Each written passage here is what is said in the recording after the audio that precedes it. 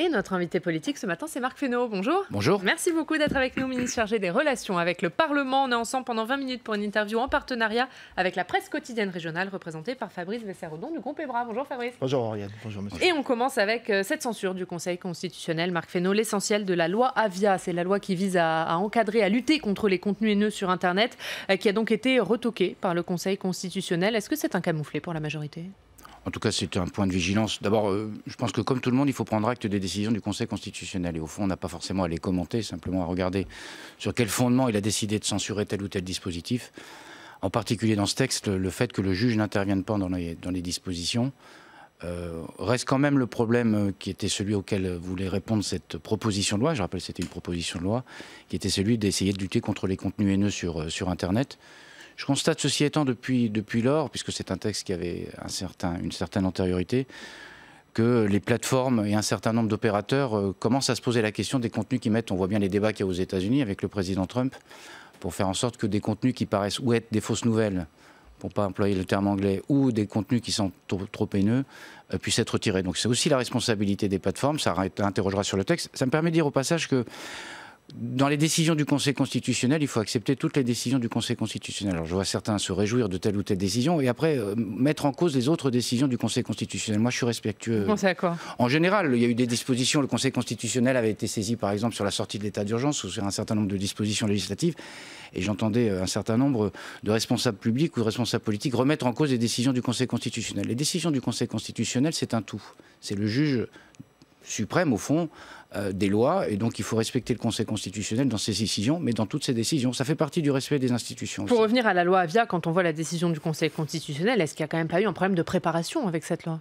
Sans doute peut-être un problème de regard, en tout cas sur la manière dont on pouvait aborder cette question. Ça nous invite à réfléchir sur les dispositions législatives. D'ailleurs, au fond, le Conseil constitutionnel, lisant hier sa décision, il dit sur le fond, les motivations sont assez justes. Après, sur les outils, il faut y travailler différemment. Et donc, c'est le rôle des législateurs. Ça veut dire qu'il faut mieux préparer la loi de la part des législateurs ? En règle générale, de toute façon, il faut qu'on ait tous, et c'est pas sur ce texte-là, une vigilance particulière sur la conformité des lois. En même temps, je vois bien, j'ai été parlementaire, la volonté toujours de dire c'est peut-être constitutionnel, ça ne l'est peut-être pas. Et au fond, le juge constitutionnel, il est là pour dire le droit et le droit constitutionnel. Est-ce que du coup, une nouvelle loi est en préparation ? Écoutez, c'est une décision qui date d'hier. Vous l'envisagez ou pas ? À ce stade, non, mais la question, c'est de regarder comment on essaie de résoudre le problème auquel c'était pas une loi pour faire une loi. Vous convenez qu'il y a un problème et qu'on ne peut pas laisser les choses en l'état. Il me semble qu'il y a quand même un sujet sur la diffusion de contenus haineux et qu'on voit bien dans le moment dans lequel on vit qu'il y a un sujet de diffusion sur des plateformes, sur les réseaux sociaux de contenus haineux, mais qui est une question qui est posée aux législateurs et aux responsables publics, mais aussi à ceux qui hébergent ces plateformes. Et donc, oui, il y a une question. Ça n'est pas parce que la disposition législative principale de ce texte a donné lieu à ce jugement du Conseil constitutionnel que les sujets qui sont sur la table disparaissent. Ce sont les sénateurs qui avaient alerté, qui avaient saisi le Conseil constitutionnel. Jean-Raymond Hugonet, le sénateur Les Républicains, qui était à votre place il y a quelques minutes, dit cette décision du Conseil constitutionnel, c'est une fois de plus l'illustration que le gouvernement n'écoute pas assez le Sénat. Est-ce qu'il a raison ? Mais des décisions du Conseil constitutionnel, le sénateur Hugonet le sait mieux que moi, ou aussi bien que moi, des décisions du Conseil constitutionnel qui viennent censurer telle ou telle disposition, c'est quand même pas une nouveauté qui date d'hier. Il est arrivé sous d'autres mandatures, sous d'autres législatures, que le Conseil constitutionnel. J'ai même vu un projet de loi de finances dont une partie avait été, c'était sous le président Sarkozy, avait été censuré par le Conseil constitutionnel. Mais est-ce que si vous aviez écouté la version du Sénat, les sénateurs, vous n'en seriez pas là ? Tout le monde n'a pas raison d'un bloc ou tout le monde n'a pas tort d'un autre bloc. Je pense que c'est dans le dialogue entre le Sénat et l'Assemblée nationale que les choses se font correctement et ça nécessite de le faire autant que faire se peut de manière correcte. Mais il faut respecter les décisions du Conseil constitutionnel. Allez, on va passer à la question des violences. Oui, autre sujet de l'actualité, sujet brûlant, celle des violences. Qu'est-ce que ça dit de l'état du pays ? Ça ne dit pas des choses que de l'état du pays, ça dit des choses de l'état de nos pays, de nos démocraties, parce qu'on voit bien que dans beaucoup de démocraties, l'émergence de la violence est un élément plus profond et plus accru que nous n'avions jamais connu. Je dis qu'il faut faire d'abord attention au fait que dans nos propos et dans nos paroles, la brutalité des mots et parfois la violence des mots, elle entraîne, je n'ai pas dit qu'elle accréditait, mais elle met dans la tête d'un certain nombre de gens que c'est la voie du débat démocratique, c'est de la voie de la violence. Et moi, je pense que c'est une erreur. Et nous, responsables publics, il faut que dans nos prises de position, nous soyons à la fois fermes et en confrontation politique, parce que c'est la démocratie, mais il faut faire attention aux mots. C'est la première chose. Deuxièmement, nous sommes dans une société qui est assez qui est assez violente. C'est la question qui est posée d'ailleurs sur un certain nombre de plateformes. On voit que parfois sont relayées des attitudes violentes et on en fait l'apologie. Si nous sommes dans une société violente, il faut qu'on essaie de respecter... il faut que chacun d'entre nous... Le cas de Dijon, Marc Fesneau, est quand même assez symptomatique.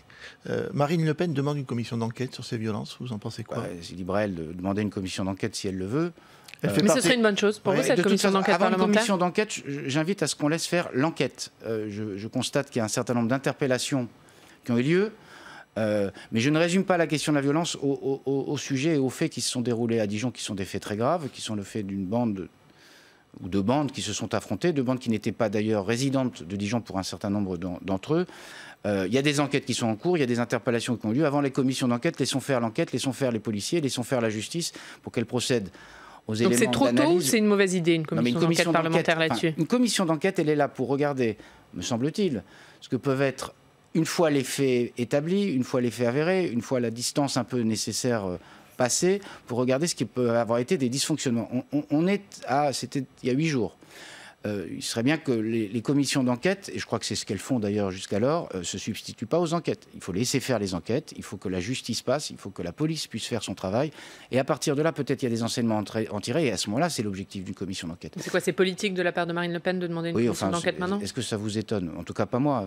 Marine Le Pen va aux 4 coins de la France, là où il y a des difficultés. Alors ça, c'est une facilité d'une opposante qui fait feu de tout bois, si je peux dire, pour essayer d'attiser ou de profiter des situations politiques. La situation qui a eu lieu à Dijon était une situation suffisamment grave pour que les gens qui se considèrent comme des responsables, et le mot responsable n'est pas un vain mot, essayent de résoudre les situations et de ne pas se tirer parti des situations. Est-ce qu'on doit comprendre que vous lui reprochez d'entretenir cette violence politique verbale dont vous parliez tout à l'heure? Je disais qu'elle se saisit de toute situation pour essayer d'en tirer un profit politique.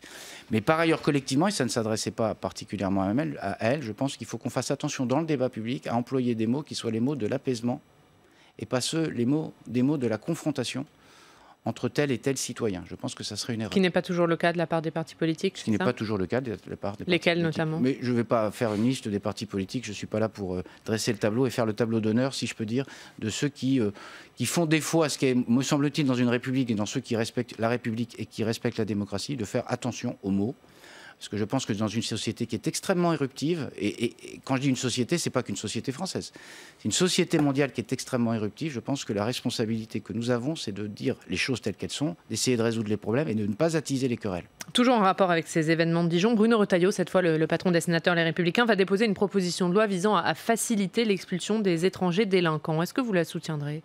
Écoutez, je n'ai pas les dispositions qui sont proposées par Je vous permettrai une petite digression en disant, vous voyez, on dit qu'il faut faire la loi et prendre le temps de faire la loi. Il y a un événement il y a 8 jours et on fait une proposition de loi 8 jours après.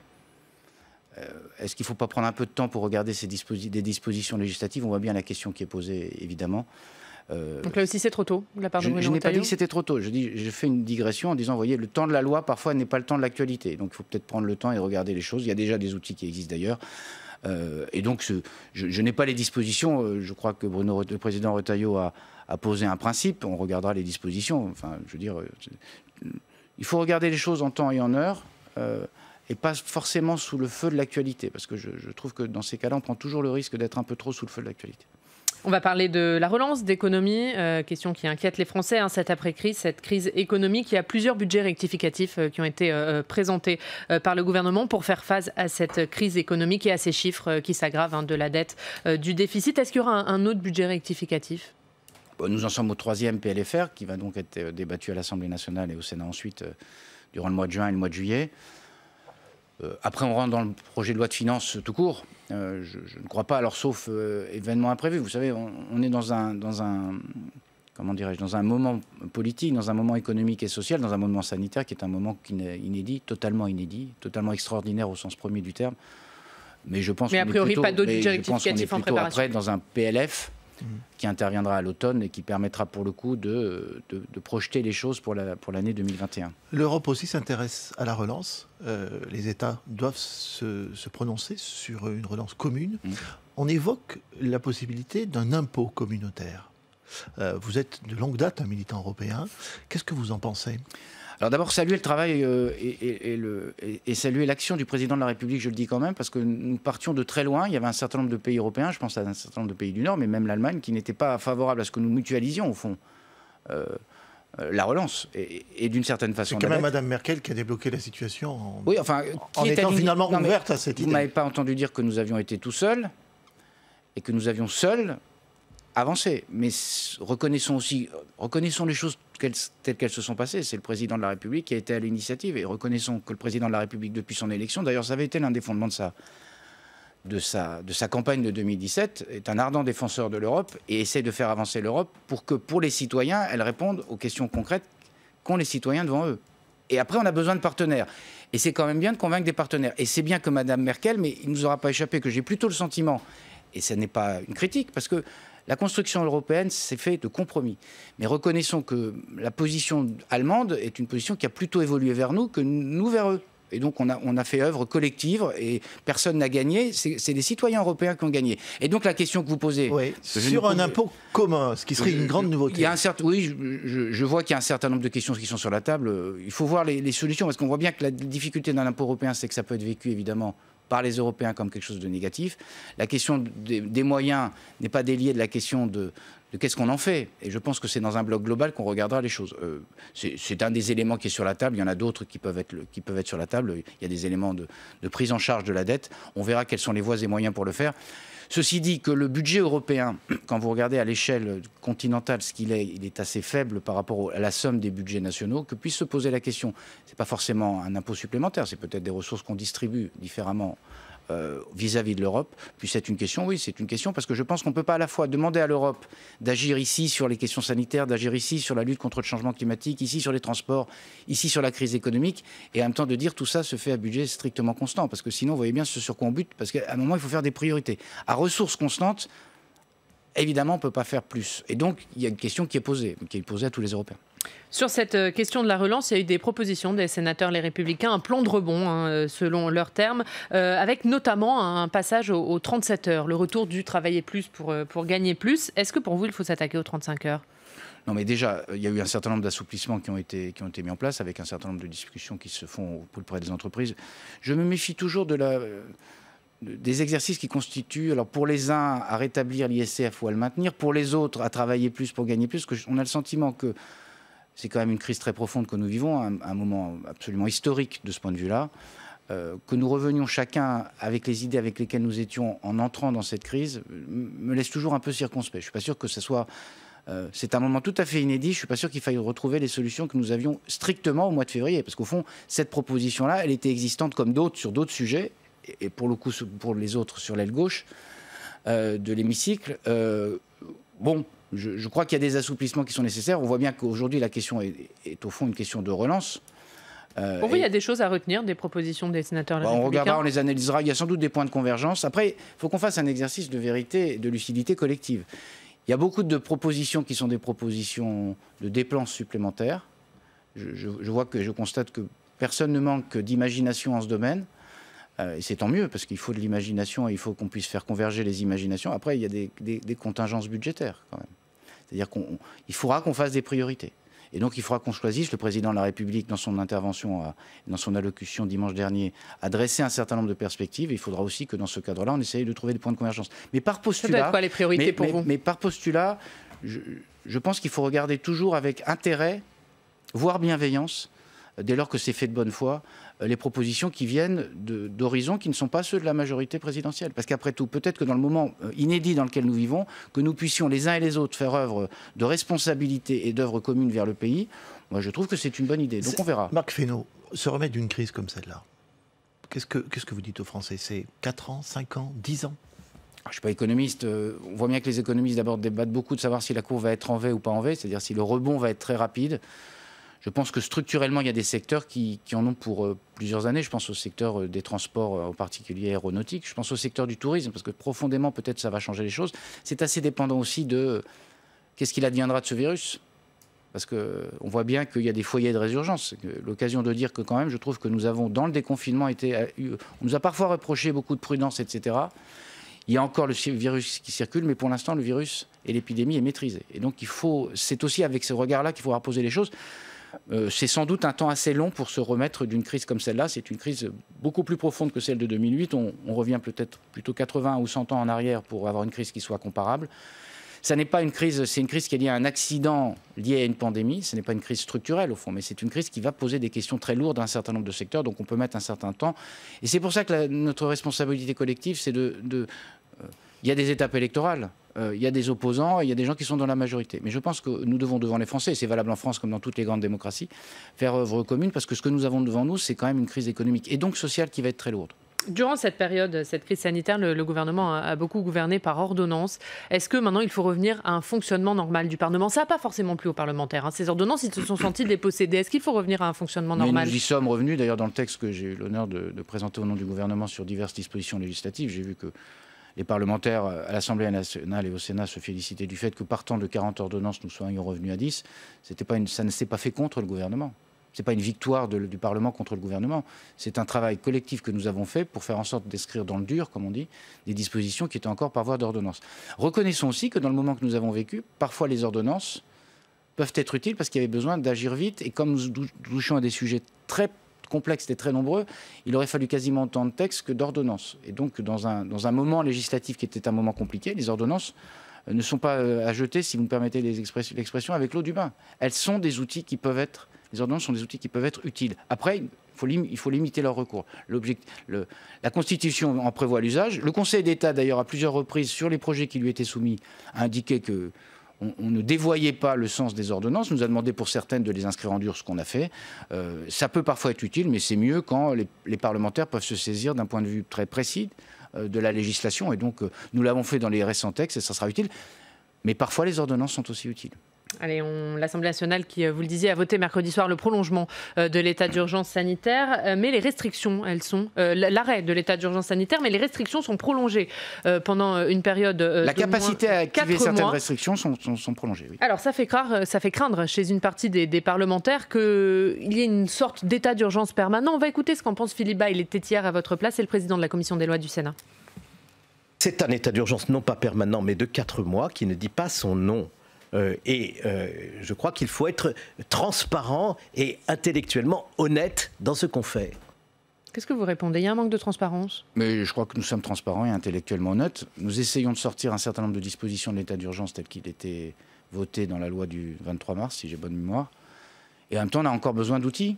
Vous voyez bien que les résurgences épidémiques font que nous avons besoin de disposer encore d'outils qui nous permettent, le cas échéant, sur les rassemblements publics, sur les établissements ouverts au public, de pouvoir procéder à des contingences ou des restrictions qui permettent de maîtriser l'épidémie. Personne ne dit autre chose que ça puisse inquiéter. Mais moi, je vais vous dire ce qui m'inquiète. Ce qui m'inquiète, c'est que nous ne disposions pas d'outils pour faire face à une résurgence épidémique. Le Conseil constitutionnel, le Conseil d'État se sont prononcés, pour partie pour le Conseil constitutionnel et pour le Conseil d'État plus largement, dans les différentes dispositions que nous avions prévues. On a besoin d'outils pour pouvoir faire face à ce que serait une résurgence. Et donc de ne pas reprocéder forcément. Il y a des dispositifs, on prolonge jusqu'à 4 mois. À 4 mois, d'ailleurs, ça s'éteint. Ce n'est pas une question de prolongation. À 4 mois, ça s'éteindra. Nous verrons à ce moment-là.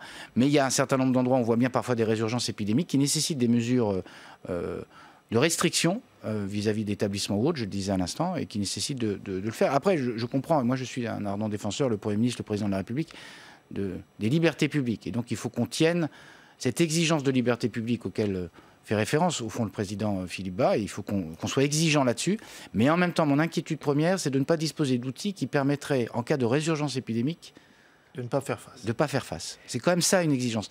Mais ça ne vient pas excuser l'idée qu'évidemment, on sait qu'il y a dans le confinement généralisé qui a été mis en place à partir du 17 mars, il y a des privations de liberté importantes qui ont été faites, que les Français ont accepté et assumé. Et grâce à eux, on a pu maîtriser l'épidémie. Et vous voyez bien que parfois, on est obligé de prendre des dispositions exceptionnelles parce que la situation était exceptionnelle. Et ni vous ni moi ne savons ce que sera l'état épidémique du pays en France et dans le monde. Et donc, on a besoin d'être précautionneux, me semble-t-il. Quelques points sur le calendrier parlementaire à venir avant de parler des municipales avec Fabrice. Je vais vous demander des réponses assez rapides. D'abord, les conclusions de la Convention citoyenne qui doivent se tenir ce week-end. Les citoyens qui doivent rendre leurs conclusions. Est-ce qu'il y a une place prévue dans le calendrier parlementaire si certaines de ces propositions doivent passer par la loi? Vous voyez bien que la Convention citoyenne va rendre ses conclusions ou ses dispositions ce week-end. il faut quand même établir un texte, il faut quand même qu'il puisse passer au Conseil d'État, il faut respecter les procédures et les institutions.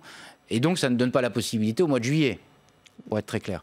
Après, se réouvre le champ parlementaire à l'automne, et donc j'imagine qu'à l'automne... Vous ferez une place à ces propositions. Je crois que le président de la République a bien l'intention, le Premier ministre ont bien l'intention de donner suite et donner à la fois crédit et suite aux propositions qui sont faites par la Convention citoyenne. Nous avez beaucoup reproché en disant c'est un gadget. Au fond, vous voyez bien que nous l'avons fait avec la volonté que de ce qui sortait de cette Convention citoyenne, nous puissions faire quelque chose qui puisse être débattu devant le pays. Autre question rapide, la loi bioéthique dont le retour est prévu en juillet à l'Assemblée nationale, ça sera quand au Sénat ? C'est en juillet à l'Assemblée nationale. Il y a interruption des travaux parce qu'il ne vous aura pas échappé que dans cette maison, il y a des élections sénatoriales et on va respecter la coutume républicaine qui fait qu'il n'y a pas de débat. Et donc c'est après... Donc le Sénat reprendra en octobre. Après, on verra dans le calendrier parlementaire l'ensemble des textes et on verra à quel moment peut être débattu le texte sur la bioéthique. Petite parenthèse d'ailleurs, le Sénat reprendra ses travaux en octobre pour cause d'élections. L'Assemblée, il y aura une session extraordinaire en septembre. Pour l'instant, c'est un décret ça appartient au président de la République, c'est un décret du président de la République, mais il n'est pas impossible. On verra, c'est en fonction des textes là aussi, il y a des choses autour de la relance. Puis après, nous rentrons dans une grande séquence budgétaire. L'automne français, si je peux dire en termes parlementaires, est un automne très budgétaire. Et donc, il faut qu'on trouve aussi des lieux, enfin des espaces de temps qui permettent de débattre. Donc la loi bioéthique ne sera pas forcément adoptée par le Parlement d'ici la fin de l'année 2020. On verra. Moi, je préempte pas le temps dont veulent disposer les parlementaires. C'est un texte qui ne bénéficie pas, entre guillemets, de la procédure accélérée. Il faut laisser le temps. Je pense que les débats sont passés dans de bonnes conditions, à l'Assemblée nationale et au Sénat, sans passion, et avec des profondes divergences entre parlementaires et parfois entre les assemblées. C'est très bien, c'est un débat démocratique. Il faut que ce débat continue à se passer dans ces conditions-là. C'est sur quoi nous verrons. Dans quelques jours, on vote pour le deuxième tour des élections municipales. C'est exact. Quelle place Sauf dans la commune dans laquelle j'étais maire. Mais... Dans beaucoup de communes. Dans beaucoup de communes, il en reste finalement assez peu, mais les plus grosses. Donc, donc du coup, c'est important. Quelle place pour les centristes, finalement, dans cette élection municipale ? Et pour le MoDem, particulièrement. Et pour le MoDem en particulier. La place qui a été toujours la leur dans les territoires. Historiquement, cette famille de pensée a toujours eu plutôt des élus sur les territoires. Reconnaissons que l'essentiel du jeu ou du match, c'est joué au premier tour, parce que le deuxième tour n'est qu'une confirmation ou une prolongation au gré des alliances qui peuvent se nouer. Quel bilan pour le MoDem alors au premier tour ? Il y a un certain nombre de maires qui sont élus, un certain nombre d'autres qui sont en bonne position dans un certain nombre de départements. Difficile de faire un bilan là, en tout cas un bilan positif en termes de nombre de conseillers municipaux qui sont élus. C'est le travail toujours d'un parti politique, de tous les partis politiques, de faire de ces élections. C'est toujours un moment... important de vie démocratique pour le pays et de vie démocratique pour les partis. C'est l'occasion de faire monter des générations. J'ai commencé comme conseiller municipal il y a un certain nombre d'années désormais. C'est une des meilleures voies d'apprentissage de la vie publique que celle de la vie locale. Mais est-ce que quand même le MoDem n'a pas eu du mal à exister pendant ces municipales ? Mais on ferait une deuxième erreur, et j'ai dû le dire ici sur votre plateau, que de dire les municipales, c'est une affaire du MoDem, des Républicains, de la République En Marche ou du Parti Socialiste ou d'autres formations politiques. Non, mais c'est une affaire locale. Pour certains partis politiques, comme les centristes et le MoDem en particulier, les municipales sont généralement une aubaine. Oui, mais nous aurons des conseillers municipaux assez nombreux. Je n'ai pas le chiffre aujourd'hui, et donc puis il faut faire un bilan à la fois dans les communes de plus de 3005 où c'est facile à identifier et dans celles qui sont de plus petite taille. Mais c'est plutôt, comment dirais-je, un cru qui a permis de faire monter des générations à l'intérieur de la famille centriste et à l'intérieur du MoDem en particulier. Donc je pense que c'est. Est-ce que vous n'avez pas été lâché par la République En Marche Lâché de... Ou ça, comment ? On peut avoir eu des désaccords. Il y a eu beaucoup de désaccords. Non, il n'y a pas eu beaucoup de désaccords. Il y a eu beaucoup de villes, de communes où il y avait un candidat MoDem, un candidat à la République En Marche. Il en va des élections municipales et des désaccords partisans comme des trains, c'est-à-dire qu'on ne voit que ceux qui sont en retard et jamais ceux qui sont à l'heure. Il y a eu beaucoup d'accords. Je pourrais vous citer la liste, mais je ne veux pas après ouvrir une porte qui ferait que vous seriez obligé de compenser la liste des candidats sur lesquels nous avons l'accord. Sinon, je vous fais la liste tout de suite, mais vous allez être en défaut après de temps de parole et vous serez obligé de donner un temps de parole à d'autres. Donc je connais la règle, donc je m'y astreins. Mais il y a beaucoup d'endroits, il y a eu des accords. C'est pas parce que dans 4, 5 ou 6 endroits, et parfois il y a eu des désaccords au premier tour et des convergences au deuxième. Et c'est l'immense majorité des cas. C'est plus de 90% des cas, 95% des cas. Et donc on a pu travailler ensemble. Après, donc la République En Marche est un partenaire fiable. Mais il faut qu'on porte réciproquement une forme d'exigence qui fait d'abord on respecte nos sortants, on essaie de converger. On peut avoir des désaccords, on les assume. Il faut que ça se fasse en bonne intelligence. C'est pas toujours facile. Il y a toujours des forces dans les partis politiques qui essaient de se cantonner à s'opposer les uns les autres. Le pire poison, et ce n'est pas qu'un poison entre la République En Marche et le MoDem. Le pire poison qui peut exister dans les élections municipales quand on porte un projet commun, c'est la division. Et c'est ça qui a été aussi parfois à l'œuvre et qui a parfois porté des mauvais fruits, si je peux dire, au moment des municipales. C'est l'idée de la division. Et je pense que les personnalités doivent se retirer de cet esprit de division pour essayer d'œuvrer vers le collectif. Et c'est ça notre exigence. Merci beaucoup. Merci à Marc vous. Fesneau d'avoir été avec nous.